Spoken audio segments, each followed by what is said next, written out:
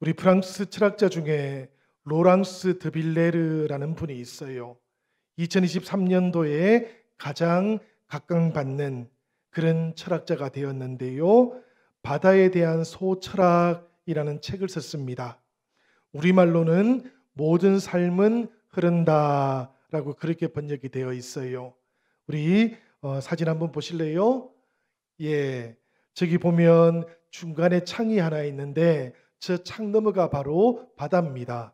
이 사진으로는 잘 안 보이지만 나중에 실물을 통해서 꼭 한번 살펴보시면 좋겠어요.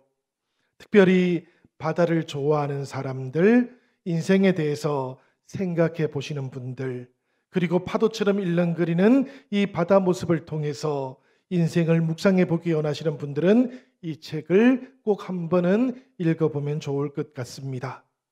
일렁거리는 파도, 그 속에서도 요동치지 않는 섬이 되기 위한 방법을 이 책이 안내해 주고 있어요.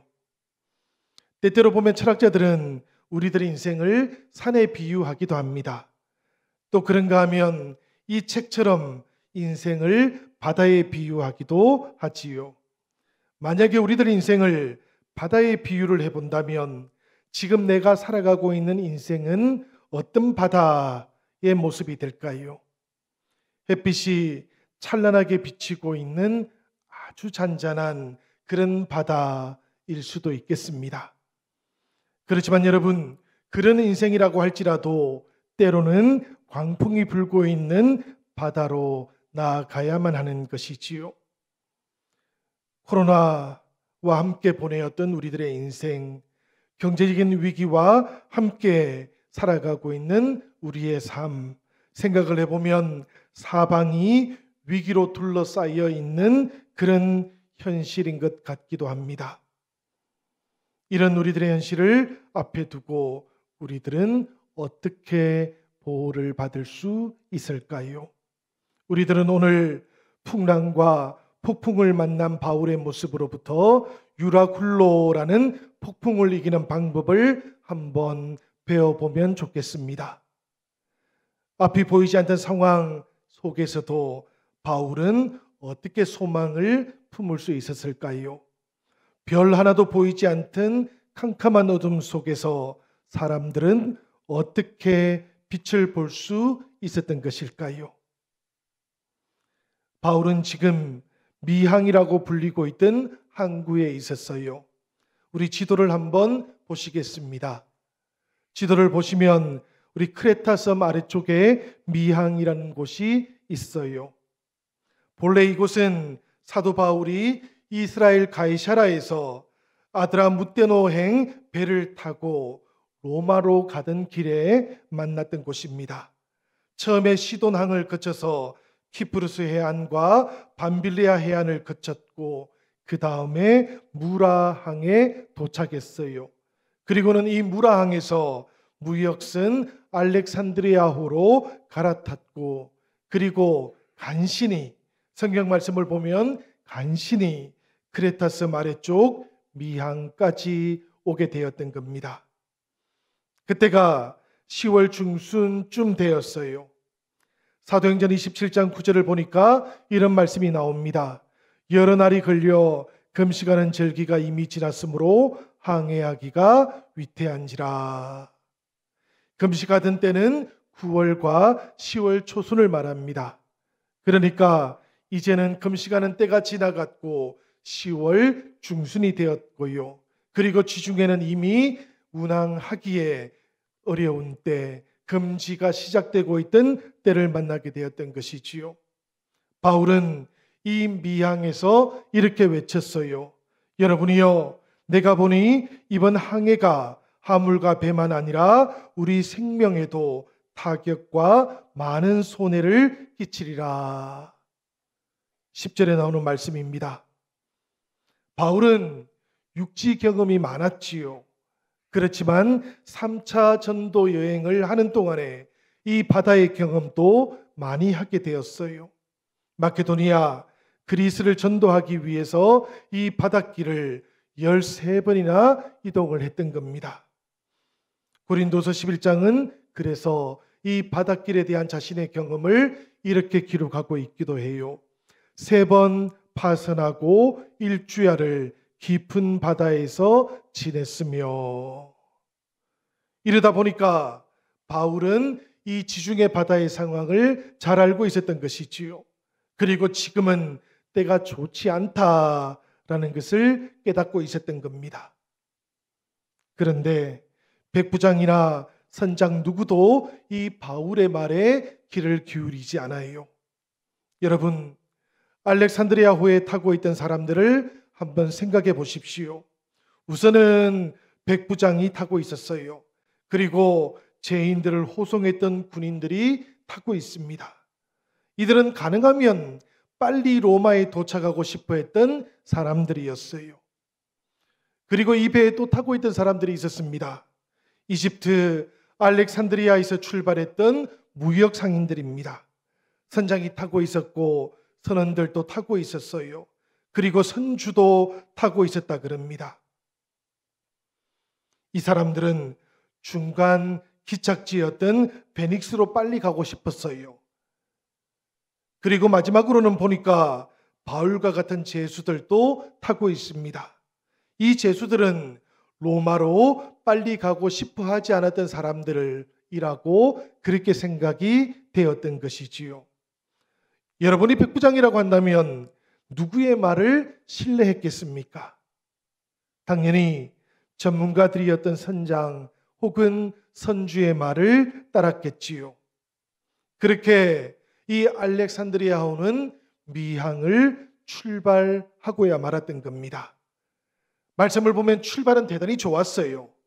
우리 사도행전 27장 13절에 나오는 말씀입니다.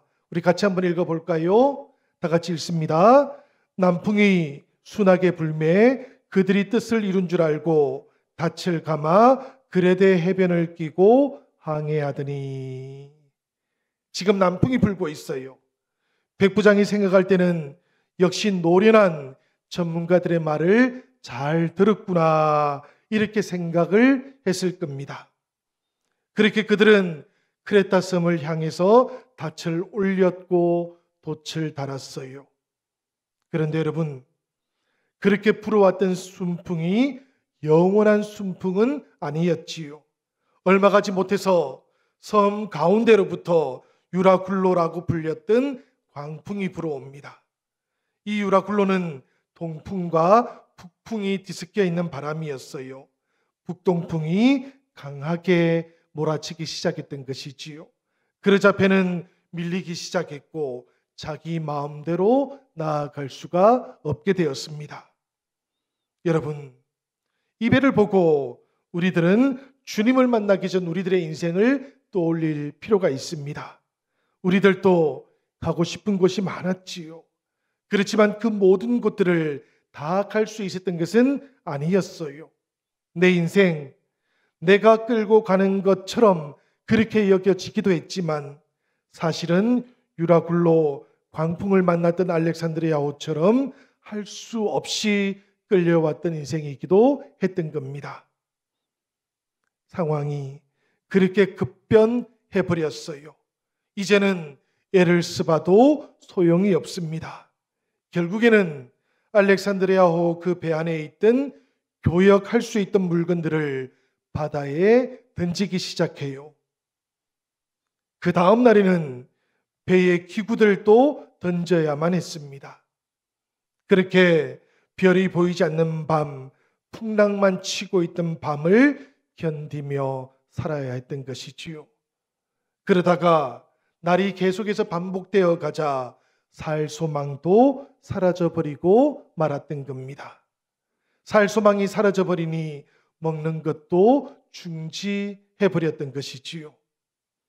그런데 여러분, 이 사도행전 27장은 가만히 살펴보고 묵상을 해보면 바로 이 순간이 올 때까지 바울이 전혀 등장하지 않고 있다는 것을 우리는 발견하게 됩니다. 위기가 절정에 도달하게 되었을 때야 비로소 바울이 등장하는 것이지요. 우리 다 함께 사도행전 27장 21절과 22절 읽어보도록 하겠습니다. 여러 사람이 오래 먹지 못하였음에 바울이 가운데 서서 말하되 여러분이여 내 말을 듣고 글에 대해서 떠나지 아니하여 이 타격과 손상을 면하였더라면 좋을 뻔하였느니라. 내가 너희를 권하노니 이제는 안심하라. 너희 중 아무도 생명에는 아무런 손상이 없겠고 오직 배뿐이리라. 여전히 강풍이 그들을 삼키려 하고 있던 때였어요. 그런데 바로 그때 바울은 청중들 한가운데로 등장을 했던 겁니다. 그리고 던졌던 한마디 말이 무엇이었던고 하면 안심하라 라는 말이었어요. 바울은 자신의 모든 마음을 담아서 안심하라고 그렇게 이야기를 했는데 청중들, 그 배에 타고 있던 선원들은 이해할 수가 없었어요. 군인들은 받아들이기가 어려웠습니다. 그런데 여러분, 그럼에도 불구하고 우리는 이 성경의 말씀을 통해서 분위기가 달라지고 있다는 것을 발견해야만 해요. 왜냐하면 바로 이때로부터 배의 주도권이 바뀌고 있기 때문입니다. 폭풍을 만나기 전까지는 선주와 선원들이 이 배의 주도권을 가지고 있었어요. 백부장도 그들의 말을 신뢰해 줍니다. 그러나 유라굴로라는 광풍이 불어오고 살 소망이 사라지게 되고 나니까 상황이 바뀌어 버렸던 것이지요. 백부장을 중심으로 해서 한 사람씩 또 한 사람씩 바울의 말을 듣기 시작했던 겁니다. 우리들은 이렇게 주도권이 바뀐 이유를 알아야만 해요. 우리 다 같이 사도행전 27장 23절부터 25절까지의 말씀을 함께 읽어보도록 하겠습니다. 내가 속한 바 곧 내가 섬기는 하나님의 사자가 어젯밤에 내 곁에 서서 말하되 바울아 두려워하지 말라. 내가 가이사 앞에 서야 하겠고 또 하나님께서 너와 함께 항해하는 자를 다 내게 주셨다 하였으니 그러므로 여러분이여 안심하라. 나는 내게 말씀하신 그대로 되리라고 하나님을 믿노라. 주도권이 바뀐 이유 무엇 때문입니까, 여러분? 유라굴로 강풍이 불어왔기 때문입니까? 아니면 하나님의 사자가 오셨기 때문입니까? 두려움 대신 믿음을 선택했기 때문이었지요. 하나님의 사자가 찾아오고 바울이 두려움 대신에 믿음을 선택했던 그 순간부터 이 배의 주도권이 바뀌기 시작했던 거예요. 여러분, 사실 광풍이 불어올 때 바울도 두려워했습니다. 우리가 바울을 신비화시킬 필요는 전혀 없어요. 그러나 그럼에도 불구하고 바울은 두려워하지 말라고 두려워하고 있던 사람들에게 하나님의 뜻을 전했던 것이지요. 이렇게 전할 수 있었던 이유는 딱 한 가지 이유밖에 없어요. 바울이 두려워하던 중에도 하나님을 믿었기 때문입니다. 바울은 두려웠지만 하나님을 믿었던 것이고 이렇게 믿음을 받아들이는 동안에 두려움이 점점 더 사라지고 있었던 것이지요.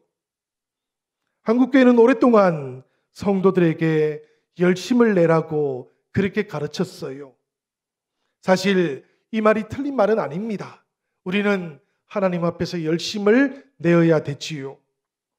그렇지만 자칫 이 말이 사람의 능력을 중심에 둘 수 있는 말이 될 수 있다는 것도 우리는 기억을 해야만 합니다. 신앙이라는 것, 사람을 중심에 두는 일이 아니기 때문에 그래요. 여러분, 우리들은 믿으면 하나님의 힘으로 살아가야 하는 겁니다. 하나님의 영이신 성령으로부터 새로운 힘이 나와야 하는 것이지요. 그런데 성도들은 때때로 믿다가 지쳐버립니다. 믿다가 지쳐버리는 것, 이건 정말로 이해하기 힘든 상황인 거예요. 하나님의 힘, 하나님의 능력이 우리에게 주어지면 우리들은 독수리처럼 날개치며 올라갈 수 있는데 왜 믿으면서도 지쳐버리는 걸까요? 그 중심에, 그 마음 가운데 자기가 세워져 있었기 때문입니다. 여러분, 그래서 우리들은 신앙을 돌아봐야 하는 것이지요. 내 신앙이 인간의 힘을 중심에 두고 있는지 아니면 하나님의 힘을 중심에 두고 있는지를 우리들은 돌아볼 수 있어야 하는 겁니다. 오늘 우리 교회가 재직 수련회를 해요. 제가 부임하고 코로나 때문에 하지 못하고 있다가 처음으로 하는 재직 수련회이기도 합니다. 우리 모든 재직들이 함께 모일 수 있으면 좋겠어요. 그리고 내 힘이 아니라 우리와 함께 하시는 하나님의 힘, 하나님의 그 능력을 체험하는 시간도 되면 좋겠습니다. 누가 재직인지 잘 모르시는 분도 계신다 그래요. 서리 집사님으로 임명받으시면 재직이 되시는 겁니다. 안수 집사님, 근사님들, 장로님들 모두가 다 재직들이신 것이지요. 2024년도에 재직이 되신 분들 뿐만 아니라 2023년도에 서리 집사님이 되신 분들도 모두가 다 재직들이십니다. 우리 함께 모여서 재직의 소명도 다시 한번 생각해 보고 교회를 향하신 우리 주님의 뜻도 함께 나누어 보는 그런 은혜의 시간이 오늘 온전하게 이루어질 수 있기를 기원드립니다. 바울은 그렇게 여러 날 동안 계속되고 있었던 풍랑과의 그 싸움 속에서도 이렇게 선포를 합니다.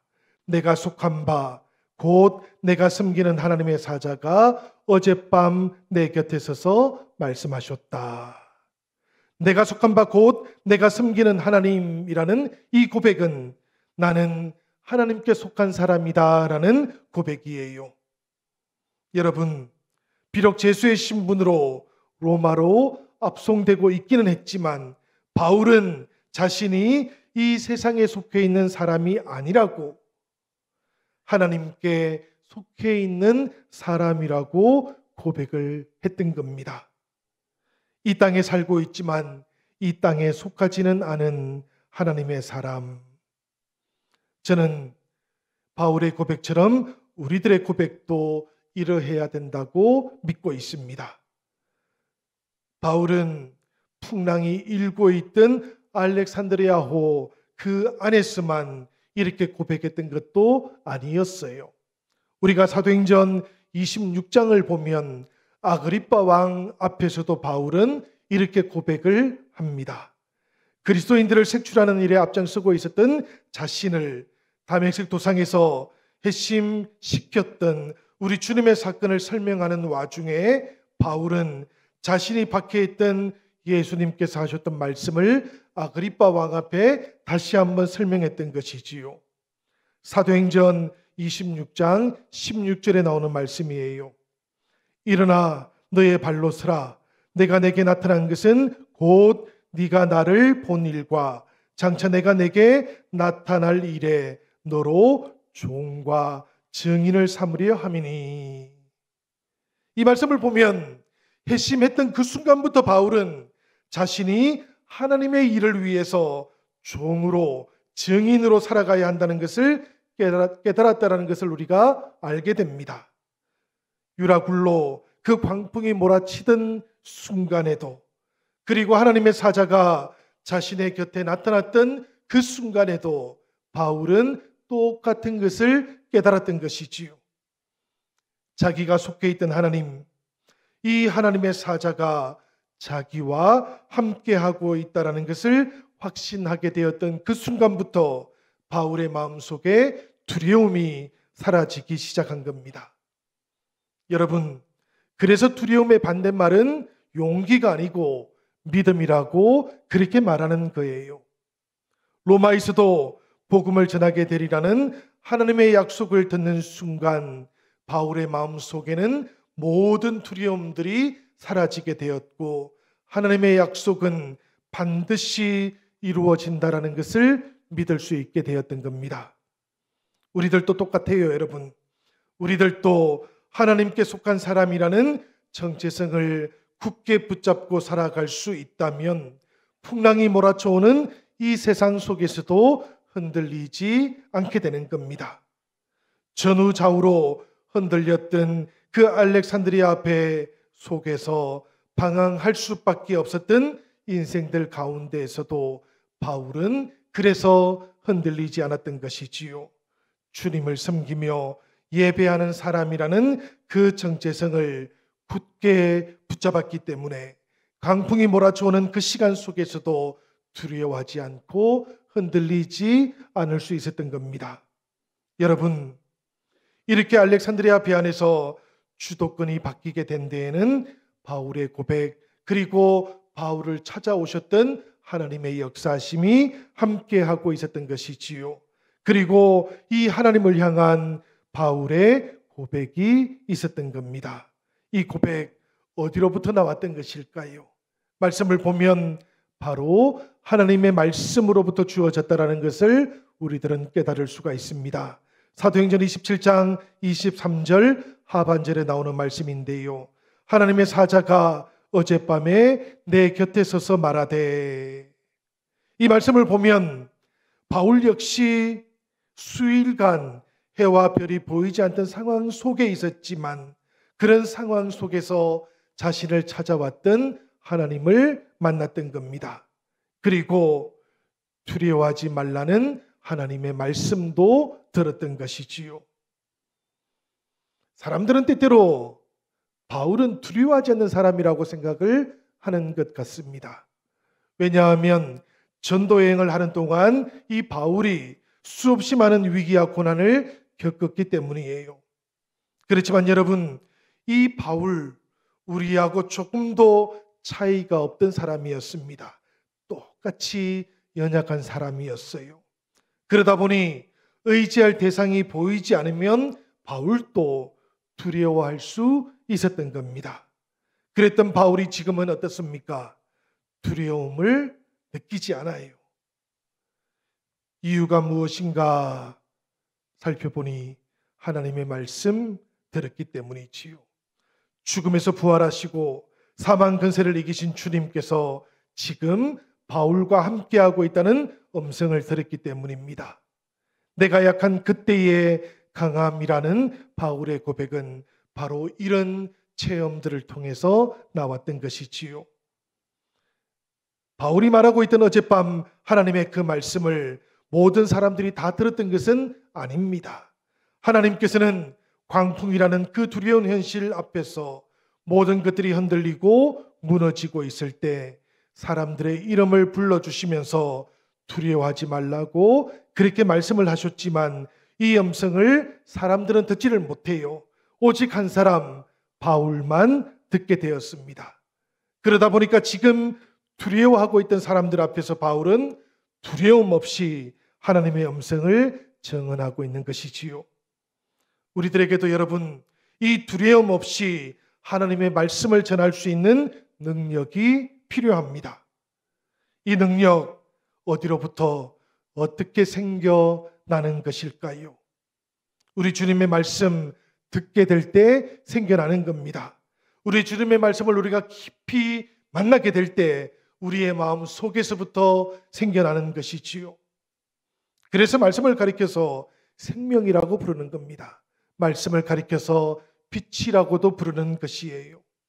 유라굴로라고 하는 강풍으로 인해서 생명이 보이지 않게 되었을 때 그때 이 말씀을 통해서 하나님께서는 우리에게 생명으로 찾아와 주셨던 겁니다.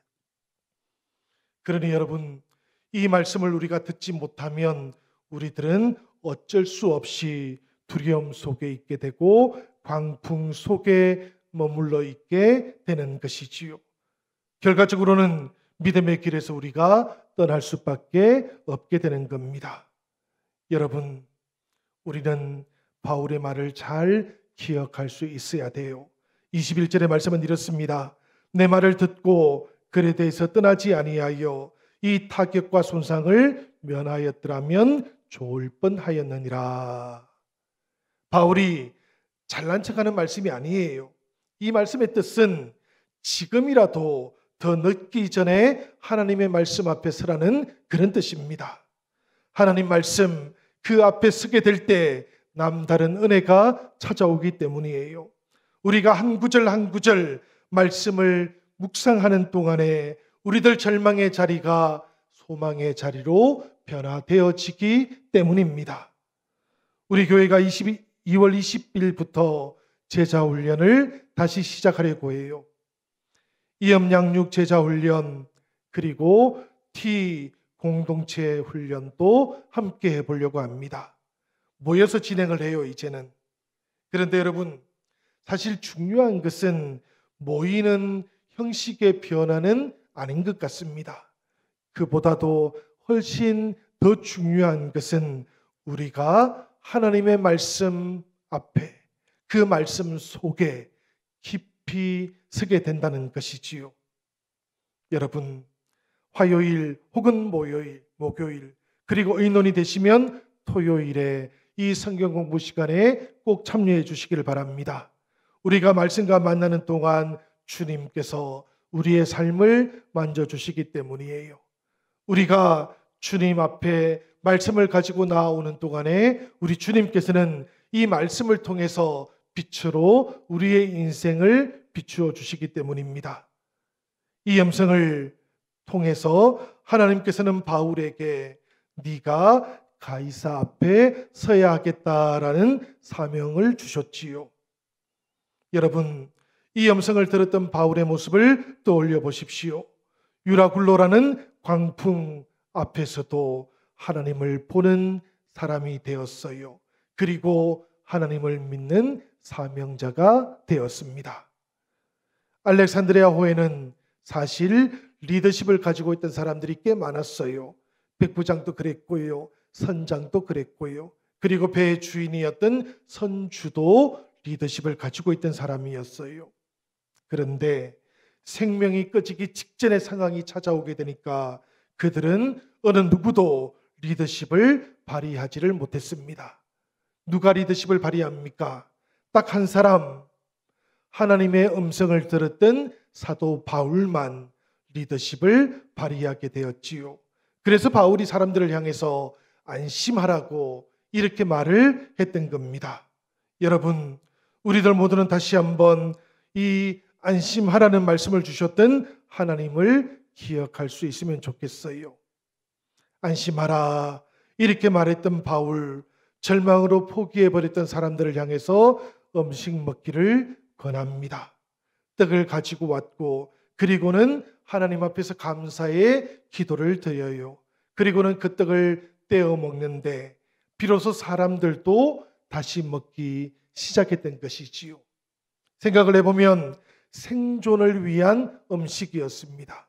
그런데 생명을 위한 영의 음식으로 바뀌기 시작했던 순간이 지금 시작되고 있는 것이지요. 그렇게 바울과 275명의 사람들은 육지에 도착을 하게 됩니다. 육지에 도착하는 순간 군인들이 이렇게 이야기해요. 이 섬에서 죄수들이 도망을 치면 어떻게 되겠습니까? 그러니 이 모든 죄수들을 죽여서 시신을 로마로 가지고 가는 것이 좋겠습니다. 이렇게 백부장에게 이야기를 했는데 바로 그때 백부장은 어떤 반응을 보였는가 하면 하나님의 놀라운 능력을 나타내었던 이 바울을 지키고 싶었던 거예요. 그래서 자신이 모든 책임을 지겠으니 아무도 해하지 말라고 이렇게 이야기를 했던 것이지요. 하나님의 약속이 이루어지고 있던 그 과정 속에서 이 백부장도 하나님의 쓰임을 받기 시작했던 겁니다. 여러분, 우리가 생각을 해보면 하나님께서는 오늘도 이런 사명자들을 찾고 계십니다. 알렉산드리아 배 위에 수많은 사람들이 있었지만 하나님께서는 누구를 찾으십니까? 하나님의 말씀을 들었던 사람, 하나님의 소명을 들었던 바울을 찾으셨지요. 그리고 이 바울에게 그 배의 운명을 맡기셨던 것처럼 우리 주님께서는 오늘도 우리를 찾으시고 그리고 이 시대를 그리고 이 공동체들을 우리에게 맡기기 원하고 계시는 겁니다. 성도 여러분, 다시 한번 우리를 부르시는 하나님, 우리와 함께 하시는 하나님, 우리의 마음속에 소명을 부어주시는 이 하나님을 깊이 만날 수 있기를 기원합니다. 그리고 이 시대를 우리가 살려가십시다. 이 공동체를 우리가 새롭게 변화시켜가는 은혜가 여러분들과 저와 우리 영적인 공동체 영신교회 위에 충만하게 임하기를 간절히 축원합니다.